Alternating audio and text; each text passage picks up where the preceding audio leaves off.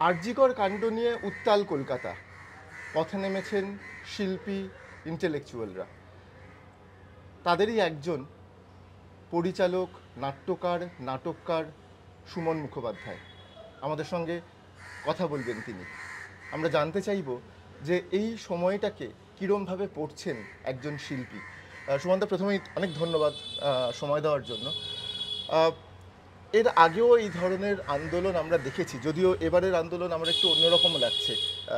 2006, 7, 8 এই সময়টাতেও তোমরা পরিবর্তনের আন্দোলন করেছিলে এবং সেই সময় আমরা দেখেছিলাম সমস্ত প্ল্যাকার্ড, ফ্লেক্স, পোস্টারে ইন্টেলেকচুয়ালদের মুখ ব্যবহার করা হতো। ইন্টেলেকচুয়ালরা সামনের সারি থেকে সেই মুভমেন্টগুলোকে লিড করেছেন। এইবারের যেই মুভমেন্টটা আমরা দেখছি সেখানে কিন্তু এটা ঠিক উল্টো একটা ছবি আমরা দেখতে পাচ্ছি। এখানে সাধারণ মানুষ তারা রাস্তায় নামছেন এবং তারা ঠিক করছেন কাদেরকে তারা এন্ট্রি দেবেন এবং কাদেরকে দেবেন না। এরকম বহু শিল্পীকে আমরা দেখেছি, অভিনেত্রী, অভিনেতাদেরকে দেখেছি যারা এই মুভমেন্টে অংশ নিতে গেছেন কিন্তু তাদেরকে অংশ নিতে দেওয়া হয়নি। এটা কি একটা খুব ইন্টারেস্টিং শিফট বা প্যারাডাইম শিফট বলে তোমার মনে হচ্ছে? আমার তো মনে হয় একটা মানে অভূতপূর্ব শিফট এবং ওয়েলকাম শিফট আমি বলবো। কারণ এই ধরনের আন্দোলন ইদানিংয়ে ভারতবর্ষের প্রেক্ষিতে বলছি আমি খুব একটা দেখিনি।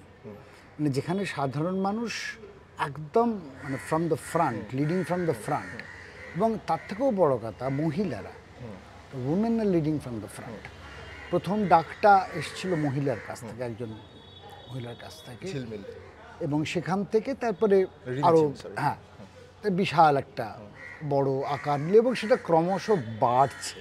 যেটা আমার শুধু ইন্টারেস্টিং লাগছে, বাড়ছে। এবং শুধু তাই নয়, যে এই যে বড় বড় মিছিলও যেমন ঘটছে প্রতিটি পাড়ায়, প্রতিটি অঞ্চলে, ছোটোখাটো ধরুন একটা ক্লাব বা একটা অফিস, তাদের কর্মচারীর একটা ছোটোখাটো প্রতিবাদ সভা করছেন তাদের মতো করে।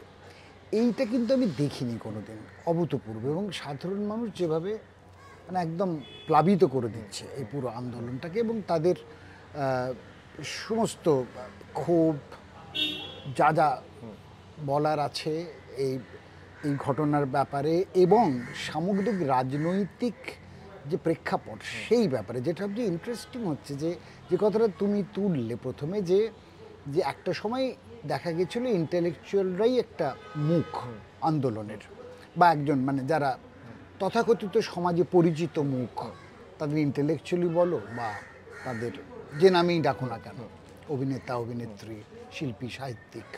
কিন্তু সেইটার যে একটা পরিবর্তন ঘটেছে তার একটা বড় কারণ বলে আমার মনে হয় যে গত এক দশক বা তার বেশি সময় ধরে, আর একটু বেশি, যেটাকে আমরা বলছি শিল্পী বলতে যাদের আমরা বুঝতাম, বা ইন্টেলেকচুয়াল বুদ্ধিজীবী বলে যাদের আমরা বুঝতাম, সেই স্বরূপটা তাদের বদলে গেছে, ভয়ঙ্করভাবে বদলে গেছে। যে আমরা কোন শিল্পীদের দেখেছি, ধরুন আমি যদি একটু পিছিয়ে যাই, যখন আইপিটিএ ছিল, যখন আইপিটিএর ছাতায় অনেক বড় বড় শিল্পী কাজ করেছেন। আমাদের বাংলায় যে কোনো শিল্পীর নাম যদি আজকে করা যায়, যারা কবি বলো, চিত্রকর বলো, নাট্যকার বলো, চলচ্চিত্রকার বলো, সঙ্গীতকার বলো, সবাই কিন্তু ওই আইপিটির তলায় শুরু করেছিলেন। সেটা একটা রাজনৈতিক বোধ থেকে, রাজনৈতিক চেতনা থেকে একটা প্ল্যাটফর্ম ছিল। কিন্তু তারা পরবর্তীকালে সবাই আইপিটি থেকে বেরিয়ে গেলেন। তার কারণ একটাই ছিল যে একটা রাজনৈতিক, সরাসরি একটা রাজনৈতিক দলের পতাকার তলায় তারা দাঁড়াবেন না। তারা রাজনৈতিক দলের কাছাকাছি থাকতে পারেন, তাদের আদর্শে বিশ্বাসী হতে পারেন, তাদের কাছাকাছি থাকতে পারেন, কিন্তু কাজের ক্ষেত্রটা স্বতন্ত্র হবে, স্বাধীন হবে। সেই স্বাধীনতার জায়গা থেকে আমি কাজ করব। ফলে আমার কণ্ঠর যে স্বাতন্ত্র, আমি মানুষের কাছাকাছি, শিল্পী মানুষের কথা বলবে, সে মানুষের সপক্ষে কথা বলবে, সে রাজনৈতিক দলের একজন মুখপাত্র হিসেবে কথা বলবে না, বা রাজনৈতিক দলের প্রতি তার আনুগত্য ততটাই যতটা একটা পর্যন্ত আদর্শ সে মেনে নিতে পারে। যেখানেই কোনো সমস্যা হবে, আমার সঙ্গে কোনো বিরোধ বাঁধবে, বা শাসনযন্ত্রের সঙ্গে আমার যখন একটা কোথাও সংগ্রাম হবে, সংঘর্ষ হবে, তখন যেন আমি খোলামেলা কথা বলতে পারি। খুব ইন্টারেস্টিং এই জায়গাটা। আমার একদম অন্য কনটেক্সটে বারাক ওবামার একটা কোট মনে পড়ছে। উনি নিজের বইতে লিখেছেন, বব ডিলানের ব্যাপারে, বব ডিলান কখনো আমার সঙ্গে ছবি তুলতে চাননি। তার কারণ শিল্পীর হয়তো একটা প্রতিস্পর্ধী সত্তা থাকে, যেটা যেটা সবসময় রাষ্ট্রকে প্রশ্ন করে বা সিস্টেমকে প্রশ্ন করে। ঠিক তাই।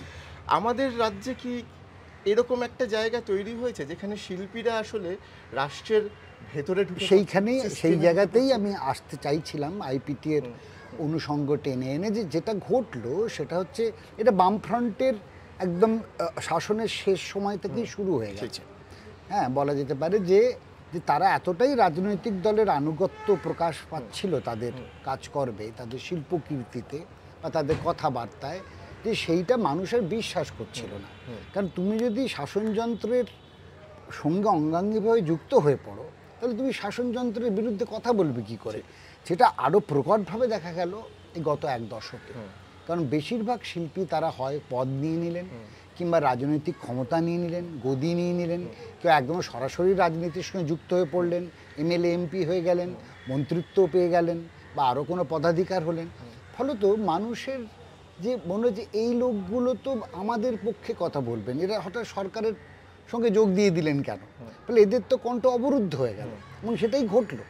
আজকে দেখো যত বড় বড় শিল্পী চুপ করে আছেন, নিশ্চুপ, তারা বেরোতে পারছেন না, কারণ তারা এতটাই সরকারের ভেতরে ঢুকে গেছেন, শাসনযন্ত্রের ভেতরে ঢুকে গেছেন, যে তাদের পক্ষে বেরিয়ে আসা সম্ভব নয়। তাহলে অনেক কিছু নিয়ে বেরিয়ে আসতে হয়। সেই সাহস খুব কম লোকেরই আছে যে সব কিছু নিয়ে আমার বেরিয়ে তোমার মেফিস্টোর কথা মনে পড়ছে। একদম এই প্রশ্নটাই তো তুমি তুলেছো। একদম মেফিস্টোতে তো একদম এই প্রশ্নই তোলা হয়েছে যে শিল্পী কতটা সমাজ শাসনযন্ত্রের সঙ্গে থাকতে পারে, রাষ্ট্রের সঙ্গে থাকতে পারে। তার কাজ তো রাষ্ট্রকে সারাক্ষণ প্রশ্ন করে যাওয়া, যাতে মানুষ তাকে বিশ্বাস করে যে এই লোকটা আমার পক্ষের লোক। যে সারাক্ষণ তার দার্ঢ্যের সঙ্গে তার এই জোর রয়েছে যে যে কোনো শাসনযন্ত্রকে প্রশ্ন করতে পারে। সেইখান থেকে সরতে সরতে যেটা হলো, মানুষ এতই অবিশ্বাস করতে শুরু করলো। এক তো হচ্ছে এই বুদ্ধিজীবী এবং সো কল্ড ইন্টেলেকচুয়াল ক্লাসকে তারা বিশ্বাস করতে শুরু করলো, রিজেকশন, যে এরা বিশ্বাসযোগ্য নয়, বিশ্বাসযোগ্যতার কাজ এরা করেনি। একই সঙ্গে পাশাপাশি রাজনৈতিক সিস্টেমটাকে কোয়েশ্চেন করছে, যেভাবে আজকে রাজনীতি চলছে, শাসনযন্ত্র চলছে, তার যে নানা রকম কার্যক্রম, সেইটাকে চ্যালেঞ্জ করছে। এই তিলোত্তমার ঘটনাটা যেটা উস্কে দিয়েছিল, একটা তো এই ঘটনায় যে নির্মমতা এবং যে ভয়ঙ্কর শাসনযন্ত্রের যে একটা তাচ্ছিল্য দেখা গেছে প্রাথমিকভাবে, ক্রমাগত প্রকাশ পাচ্ছে, সেইটার প্রতিবাদ তো বটেই, সেটা প্রাথমিক। তার সঙ্গে সঙ্গে যে অনেকগুলো আরও পরিসর যুক্ত হয়ে গেল, গোটা রাজনৈতিক সিস্টেমটাকেই রিজেক্ট করছে। কোনো ফ্ল্যাগের তলায় দাঁড়াবো না, এটা আমাদের লড়াই, এটা মানুষের লড়াই। এরকম আমি অন্তত এত বছর ধরে টানা আন্দোলনের সঙ্গে যুক্ত, তুমি জানো, এতদিন ধরে আমার নাটকে আমি সবসময় রাষ্ট্রের যন্ত্রের বিরুদ্ধে কথা বলেছি, নানাভাবে ইতিহাস রাজনীতির কথা বলেছি, কিন্তু এই ঘটনাটা একদম অন্য রেজিস্ট্রেশন। একজন শিল্পী হিসেবে যদি এটাকে তুমি নতুন করে একটা নাটকের বা একটা স্ক্রিপ্টের জায়গায় নিয়ে আসো, তাহলে কি যেই ভাবনাগুলো থেকে সেই সময়ে নাটক, সেই সময়ে স্ক্রিপ্ট তৈরি হয়েছে, সেখান থেকে একটা নতুন ডিপার্চার হবে? এই যে সাধারণ মানুষ সামনে মুখ হয়ে দাঁড়াচ্ছে, এটা তো আমরা কখনো দেখিনি না। হ্যাঁ, মানে আমি জানি না, ফ্রেঞ্চ রেভলিউশনে এই সময় আমরা শুনতাম, কিন্তু এই জায়গা থেকে কি সত্যি কোনো নতুন শিল্প তৈরি হবে? নতুন ইন্টেলেকচুয়ালদের কাছ থেকে আমরা নতুন কোনো জিনিস পেতে পারি বা পাবো? যদি যে ইন্টেলেকচুয়ালরা এখনো বিকিয়ে যায়নি বা যারা এখনো শাসনযন্ত্রের সঙ্গে জড়িয়ে পড়েননি, তারা নিশ্চয়ই নতুন করে ভাবছেন, কারণ এইটা একটা অন্য ভঙ্গিতে ধরতে হবে, এর ফর্মটাই আলাদা। হ্যাঁ, ফলে আমাদেরও ভাবতে হবে যে এই ফর্মটাকে করে অ্যাড্রেস করব। আমাদের শিল্পী তো মানে আমাদের নির্মাণ কার্যে, আমাদের মেথোডোলজির মধ্যে, যে এটা একটা অন্য স্বর আনছে, অন্য আঙ্গিক আনছে, অন্য একটা ভাবনা আনছে। সেই ভাবনাটাকে কি করে আমরা আমাদের শিল্পী তো ভাবনার মধ্যে যুক্ত করতে পারবো, সম্পৃক্ত করতে পারবো, আমাদের যে ভাবনা তার মধ্যে, সেটা নিশ্চয়ই আমাদের ভাবতে হচ্ছে। যেমন আমি বলছি, আমি 2000 তিস্তাপারের বৃত্তান্তের সাফল্যের পরে আমি এটা নাটক নিয়ে কাজ করেছিলাম, সময় অসময়ের বৃত্তান্ত, দেবেশ রায়ের আরেকটি উপন্যাস থেকে। সেখানে পাড়ারিয়ার গ্যাংরেপের একটা বড় অংশ ছিল, সেটা আমি করেছিলাম। আর নাটকটা একদমই মঞ্চ সফল হয়নি, লোকে দেখেননি, কিন্তু আমি আজকে কিন্তু আবার সেই পুরনো স্ক্রিপ্ট নামিয়ে নিয়ে আবার খুলেছি, এবং আমি চেষ্টা করছি যদি এই সময়ে দাঁড়িয়ে এই পাড়ারিয়ার ঘটনা এবং আমার অন্য নাটকের ঘটনা, সাফদার আজমির আওরাতটাও খুলে দেখছি একবার।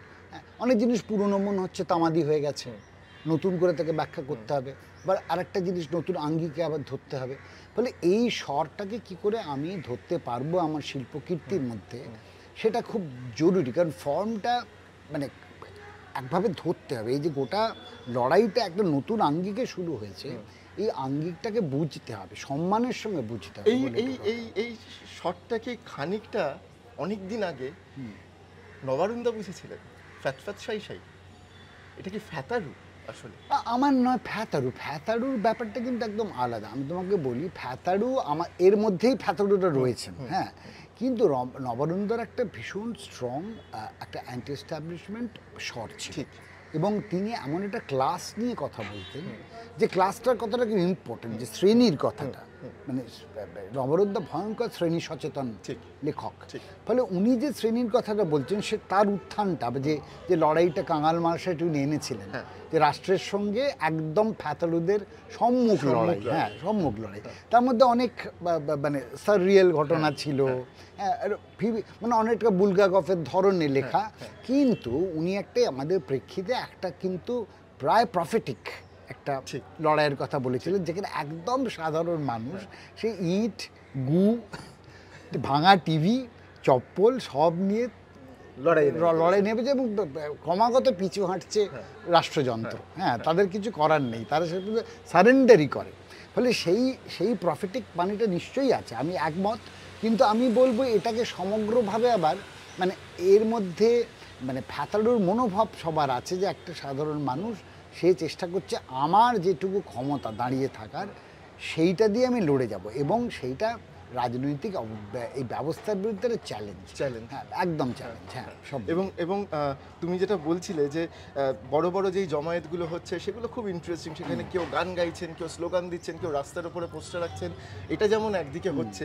ছোট ছোট আমি সেদিন দেখছিলাম রাত্রেবেলায়, রাত 2টোর সময়, 2:30টার সময়, এক একটা পাড়ার মোড়ে 10 জন, 12 জন, 15 জন মানুষ একটা মোমবাতি হাতে নিয়ে, তারা যে কোথায় হাঁটছেন, কেন হাঁটছেন, কোন দিকে যাচ্ছেন কেউ জানে না, হেঁটে চলেছেন। এবং আরো মজার হচ্ছে, আমি দেখছিলাম এরকম একটা 15 জন 10 জনের মিছিলের পেছনে ওই অন্ধকারের মধ্যে পুলিশের একটা পিসিআর ভ্যান প্রায় 100 গজ দূরে আস্তে আস্তে আস্তে আস্তে ওদের পেছনেও যাচ্ছে। আমার সত্যি ফ্যাতারুর, তোমার ইনফ্যাক্ট কাঙাল মাল, সেটার এক একটা দৃশ্যকল্প আমার চোখের সামনে ভেসে উঠছিল। শুধু তাই নয়, তুমি ভাবতে পারো যে এই যে জুনিয়র ডাক্তাররা, তারা এই যে 22 ঘন্টা ধরে তারা লালবাজারের সামনে বসে থাকলেন, এবং শেষ পর্যন্ত তারা পুলিশ কমিশনারকে মিট করছেন হাতে একটা মেরুদণ্ডের প্রতীক নিয়ে, এবং তার হাতে যেই কাগজটা তুলে দিচ্ছেন সেখানে লেখা আছে আমরা আপনার পদত্যাগ চাই, এবং সেটা তিনি নিচ্ছেন হাতে।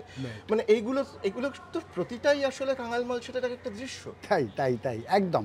এবং যেভাবে মানে কমিশনারকে যেভাবে চিত্রিত করা হয়েছিল এই উপন্যাসে, বা মুখ্যমন্ত্রীকে যেভাবে চিত্রিত করা হয়েছিল, প্রায় যেন মিলে যাচ্ছে, প্যারালাল, একটা ঐতিহাসিক প্যারালাল। এই জন্য বলছি এটা প্রফিটিক একদিক দিয়ে। কিন্তু অদ্ভুত অদ্ভুত ঘটনা, আমি একটা ঐতিহাসিক তোমাকে তথ্য দিই। যেমন শিল্পী কখন মানে একদম অসহায় হয়ে পড়ে, যেমন ব্রেটল ব্রেস্টের মতো ওরম একটা বৈপ্লবিক নাট্যকার, যে চিরকাল মার্ক্সবাদী বলে নিজেকে বারবার দাবি করেছেন, তার কাজের মধ্যেও তার সব সূত্র পাওয়া যায়। উনি যখন ইস্ট জার্মানিতে ফিরে এলেন আমেরিকা থেকে, আমেরিকাতে ওই আন আমেরিকান অ্যাক্টিভিটিসের ইন্টারভিউতে নানা রকমভাবে পার করে চলে এলেন, তুমি তখন বার্লিনার আনসাম্বলের ডিরেক্টর হলেন, যেটা সরকারি একটি মানে জার্মানির কথা বলছি, কারণ জার্মানির ফলে সরকারি একটা থিয়েটার, হ্যাঁ। সেখানে উনি নানা ভালো তিনি মাদার কারেজ করছেন, কিন্তু উনি শেষ জীবনে এসে কোরিওলানাস করছেন, শেক্সপিয়ারের নাটকের একটি অ্যাডাপ্টেশন করছেন। অ্যাডাপ্টেশনটা উনি পাল্টাচ্ছেন অনেক ছোটো, যেটা আমি 1992 সালে প্রযোজনা করেছিলাম, ওই ভার্সনটাই। কিন্তু মজাটা হচ্ছে যে যখন ওই একই সময়ে যখন কোরিওলানাস উনি তৈরি করছেন বার্লিনার আনসাম্বলের ভেতরে, তখন বাইরে একটা ভয়ঙ্কর আন্দোলন চলছিল, মানে সোভিয়েতিনাইজেশনের বিরুদ্ধে এবং ওই কমিউনিস্ট রেজিমের বিরুদ্ধে একটা একদম গণ অভ্যুত্থান হয়েছিল। তখন ব্রেখট একদম নিশ্চুপ ছিলেন, কোনো কথা বলতে পারেননি যে শাসনযন্ত্রের ভেতরে থাকলে কি হয়, যখন গদি আঁকড়ে বসে আছে। সেই নিয়ে আবার আরেক জার্মান বড় সাহিত্যিক, তিনিও নোবেল লরিয়েট, গুন্টার গ্রাস একটা নাটক লেখেন, দ্য প্লিবিয়ান্স রিহার্স দ্য আপরাইজিং, যেখানে উনি ব্রেস্টের এই ভূমিকার সমালোচনা করেছিলেন, যে মশাই আপনি তো সারা জীবন আপনি যে নাটকটাও করছেন, সে নাটকটা কিন্তু প্লিবিয়ানদেরই উত্থানের গল্প, কোরিওলানাস ইজ দ্যাট, যে একটা স্বৈরতান্ত্রিক নেতার বিরুদ্ধে মানুষের গণ অভ্যুত্থান, আর আপনার বাড়ির ঠিক থিয়েটারের বাইরে একটা অভ্যুত্থান চলছে, আপনি কিছু বলছেন না। এইখানেই হচ্ছে আমার বলার জায়গা যে জার্মানিতেই এটা ঘটেছিল, এবং আমার কাছে এইটা একটা বড় উদাহরণ যে সত্যি যখন শিল্পী শাসনযন্ত্রের একটা কলকবজা হয়ে যায়, নাটবল্টু হয়ে যায়, তখন তার পক্ষে আর স্বতন্ত্র স্বরে কথা বলা সম্ভব হয় না। শিল্পী যখন উইঙ্কেল টুইঙ্কেল তৈরি করেন তখন তিনি রাষ্ট্রকে প্রশ্ন করেন। সেই শিল্পী যখন রাষ্ট্রযন্ত্রের অংশ হয়ে যান তখন তিনি বলেন যে যারা পুরস্কার ফেরত দিচ্ছেন তাদের মনে রাখা উচিত যে তারা বাম প্রার্থী হয়ে দাঁড়ানো সত্ত্বেও আমরা তাকে পুরস্কার দিয়েছিলাম। এই প্রশ্নগুলো কি তোমরা যারা এখনো সরাসরি কোনো রাজনৈতিক দলের সঙ্গে যুক্ত হওনি, এই প্রশ্নগুলো কি তোমাদের বন্ধুদের প্রতি এই প্রশ্নগুলো কি তৈরি হচ্ছে? নিশ্চয়ই, ব্রাত্যর সঙ্গে আমার সবসময় এটা নিয়ে আলোচনা হয়েছে, এবং ও যখন সিদ্ধান্ত নিল যে রাজনীতি করবে তখন তার ব্যক্তিগত সিদ্ধান্ত, কিন্তু আমি যেটা ক্রমাগত বুঝতে পারছিলাম যে ওর পক্ষে আর ভাইরাস এম লেখা সম্ভব নয়, ওর পক্ষে আর একটা উইঙ্কেল টিঙ্কেল লেখা সম্ভব নয়, কারণ ও এখন বলতে পারবে না, ও নিজের স্বরকে অনেকটাই অবদমিত করে রাখতে হবে। ব্যক্তিব্রাত্যকে হয়তো অন্যভাবে চেনা যায়, কিন্তু আজকে তো আর ব্যক্তিব্রাত্য আর আলাদা করা সম্ভব না, দুটো মিলেমিশে গেছে। ফলে তো ওর পক্ষে উইঙ্কেল টিঙ্কেল যে সময় সে করেছে তার সঙ্গে আজকের সেই নাট্যকারের অনেক তফাৎ। আরেকটা যে ঘটনাটা এক্ষুনি ঘটলো, কাঞ্চন মল্লিক, আমাকে কেউ জিজ্ঞেস করলে এমনি কাঞ্চনের কি আর কোনো উপায় আছে অন্যভাবে কথা বলার? ওকে যদি দল থেকে একটা বলা হয় যে তোমাকে কিছুটা বলতে হবে, ও কোন স্বরে কথা বলবে? ওকে তো এইটাই বলতে হবে। ব্রাত্য তো অসম্ভব শিক্ষিত ছেলে একটা, ফলে ব্রাত্যর কাছে এটা আমি ভেবেছিলাম তুই যে জালে পড়লি এই সেটা ওর মতো করে ব্যাখ্যা করেছে নিশ্চয়ই, আমি বলছি, কিন্তু আমার কাছে ব্যাখ্যাটা খুব স্পষ্ট ছিল। আমি কোনো সময় যেমন এই যে গত ভাবে যে আপনি কি কোনো পুরস্কার ফেরত দিচ্ছেন, তাহলে আমি তো কোনো পুরস্কারই পাইনি 11 সাল থেকে এখন পর্যন্ত কোনো পুরস্কারই পাইনি, ফেরত দেওয়ার কিছু নেই আমার। ফলে সেই জায়গা থেকে আমার মনে হয় যে আমি একদিক থেকে এইটা অন্তত আমার কাছে ক্লিয়ার, আমার নিজের বিবেকের কাছে, যে আমি এইটাকে কম্প্রোমাইজ করতে দিইনি। আমার শিল্পী সত্তাকে রাজনৈতিক দলের আমার রাজনৈতিক সত্তা খুব স্ট্রং, বলে আমি চেষ্টা করেছি সবসময়, সেই কারণে আজকে আমি খোলাখুলি কথা বলতে পারি, এবং আমার এইটুকু অন্তত বলতে পারি যে আমার নাট্যকর্মে বা চলচ্চিত্রকর্মে এইটাকে আমি কখনো কম্প্রোমাইজ করিনি, কোনো কম্প্রোমাইজ দরকার পড়েনি। আমার শেষ প্রশ্ন, এবং একদম পরিষ্কার ডিরেক্ট প্রশ্ন, সেটা হলো যে এই যে আন্দোলন হচ্ছে, মানুষের আন্দোলন, এই আন্দোলনের ডিরেকশন শেষ পর্যন্ত কি হবে, এটা কি কিছু বুঝতে পারছো? এইটা বলা আমার পক্ষে সত্যি খুব মুশকিল, কিন্তু ইতিহাস থেকে যেটুকু শিক্ষা নিতে পারি আমরা, আমাদের তো একটাই উপায় যে ইতিহাস থেকে শিক্ষা নিয়ে দেখা, যে বারবার দেখা যে এরম ধরনের গণ অভ্যুত্থানের পরের ফলাফল কি হয়েছে। আমরা তাহেরি স্কোয়াড দেখেছি, ওরাম গণ উত্থান, পুরো সরকার উল্টে গেছে, একদম সমস্ত তছনছ করে দিয়েছে। আমি পিছিয়ে গিয়েই বলছি, কিন্তু তারপরেই দেখা গেছে কয়েক বছরের মধ্যে আবার আরও বড় স্বৈরতান্ত্রিক নেতা ফিরে এসছেন, সে ঘটনা দেখেছি। তার মানে ওখানে কোথাও একটা গণ্ডগোল ছিল যে কেন আবার ফিরে এলো। আবার এবারে বাংলাদেশে আসে, বাংলাদেশ কিন্তু one of the major triggers. আজকে যে মানুষ বুঝতে পারলো যে এইভাবে রাস্তায় নেমে একজন পুরো রাষ্ট্রযন্ত্রকে পুরো সরিয়ে দেওয়া যায়, একজন সে প্রধানমন্ত্রী সে পালিয়ে গেল দেশ ছেড়ে, ছাত্র সমাজ তারা এটা করতে পারলো, মূলত এটা সম্ভব। তার ডাইরেক্ট ইম্প্যাক্ট কিন্তু একদম কলকাতায় এসে পড়েছে, কিন্তু বাংলাদেশ থেকে যা খবরাখবর পাচ্ছি তার সত্যতা যাচাই করার উপায় আমার নেই, দুরকম খবরই পাচ্ছি। কিন্তু আমরা যারা বন্ধু বান্ধব যাদের কারণ বাংলাদেশ চিনি, তারা কিন্তু যে খবর দিচ্ছে তাতে অবস্থা ভয়াবহ, অবস্থা ভালো নয়। সেখানে সাম্প্রদায়িক শক্তি দাপট চলছে। ফলে আমার যেটা মনে হয় এইখানে নিশ্চয়ই আমাদের খুব সচেতন থাকতে হবে। প্রথম কথা, সাম্প্রদায়িক শক্তি যেন এটাকে টেক ওভার না করে। এইটা কিন্তু সমাগত দেখা যাচ্ছে যে তারা ওত পেতে আছেন কি করে টেক ওভার করবেন, কিন্তু এইটা আমাদের পশ্চিমবঙ্গের মানুষ কিন্তু গত কয়েক বছরের নিদান দিয়ে দেখিয়েছেন তারা সাম্প্রদায়িক শক্তি সঙ্গে নেই, সেটা পরিষ্কার, সে নিদান। কিন্তু আজকে ঘটনার পরে যেটা প্রতিবাদটা হচ্ছে, যে শাসনযন্ত্রকে তারা বিশ্বাস করে ভোট দিয়েছিলেন এই সাম্প্রদায়িক শক্তিকে আটকানোর জন্যে, সেই শাসনযন্ত্রের বিরুদ্ধেই তাদের কিন্তু একটা প্রতিবাদ।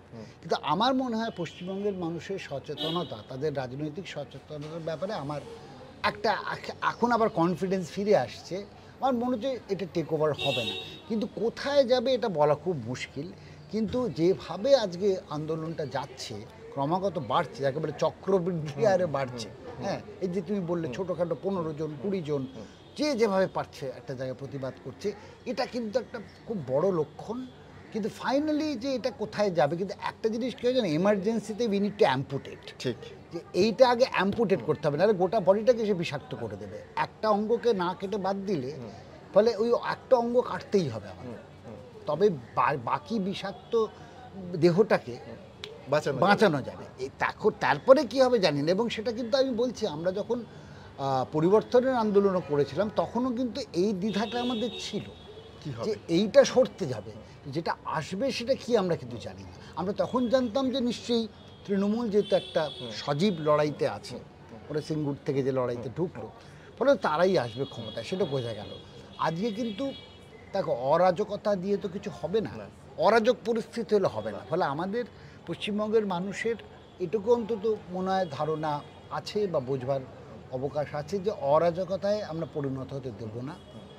দেখা যাক কোথায় গিয়ে যায় হয়তো। বাট দিস ইন্টেলেকচুয়ালসকে সরিয়ে সাধারণ মানুষের একটা নেতৃত্ব যে আজকে আমাদের যে অভিমুখ দেখাচ্ছে, সেই অভিমুখের প্রতি আমাদের মাথা নত জানু হয়ে দাঁড়িয়ে থাকতে হবে, দেখতে হবে কোথায় যায়।